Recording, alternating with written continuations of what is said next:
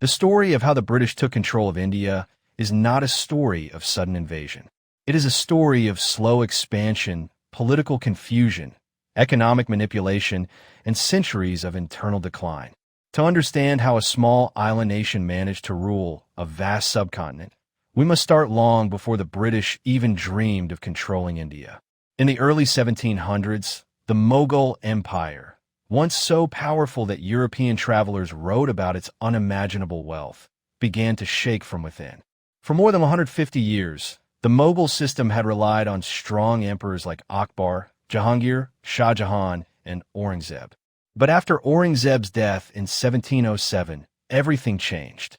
The empire was still huge, but it no longer had a single leader capable of holding it together.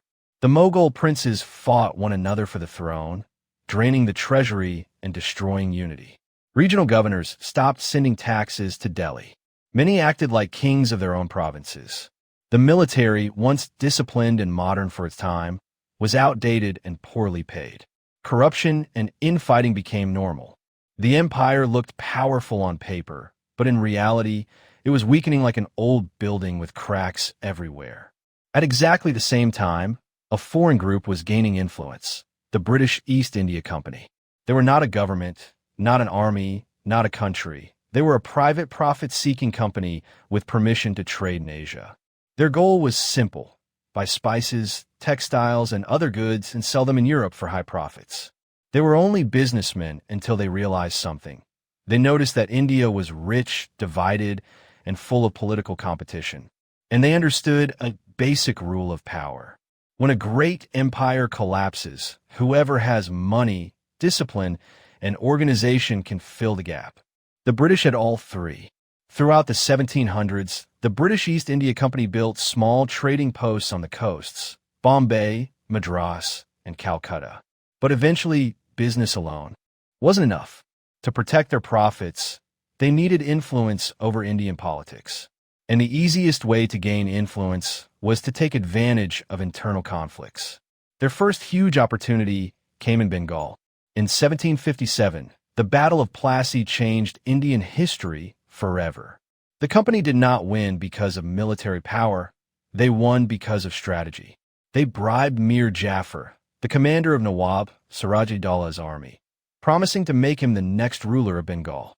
When the battle began, Mir Jafar refused to fight. The Nawab's army collapsed, and the British won without much effort.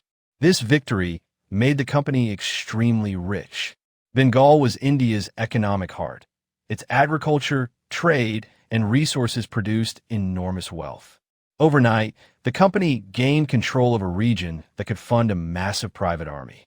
And that army would later be used to conquer the rest of India. The next game-changing moment came in 1764, the Battle of Buxar. This time, the British defeated a combined force of the Mughal Emperor Shah Alam II, the Nawab of Bengal, and the Nawab of Awadh. After this battle, the company received the right to collect taxes from Bengal, Bihar, and Odisha. This transformed the company from a trading group into a political power. With steady revenue, they could hire more soldiers, modernize their weapons, and expand further. Meanwhile, India itself was deeply divided. As the Mughal Empire crumbled, several strong regional powers rose. The Marathas in the west, Mysore in the south, Hyderabad in the Deccan, the Sikhs in the north, and many smaller princely states. Instead of uniting, these kingdoms often fought each other. The British used these rivalries like a chess master uses pieces on a board, supporting one kingdom, attacking another, and switching sides whenever necessary. Divide and rule wasn't just a phrase. It was the company's main strategy. By forming alliances, breaking treaties, and offering protection to weaker rulers, the company expanded its territory step by step.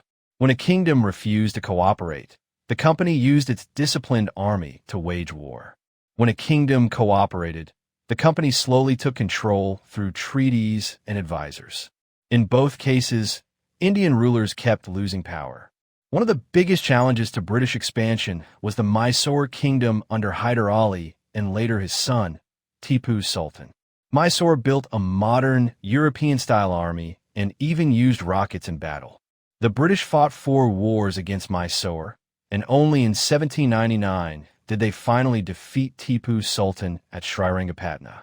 This victory opened southern India to full company control.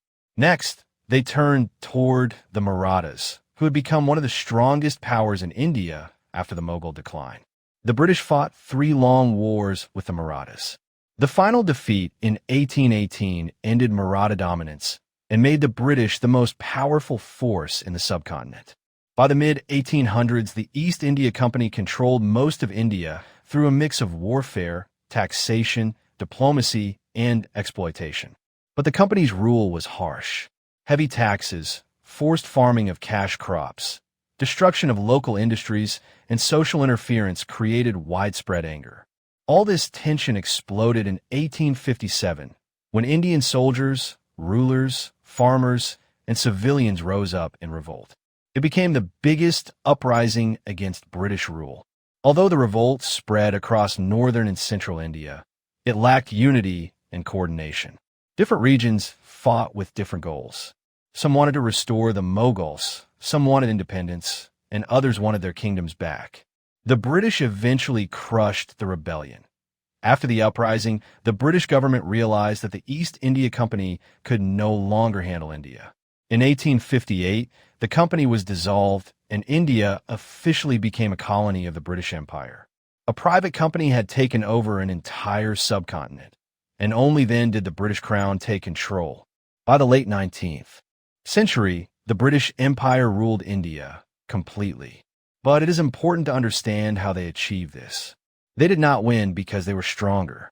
They won because India was divided. The Mughals had collapsed. Regional kingdoms were fighting each other, and the company mastered manipulation through money, treaty,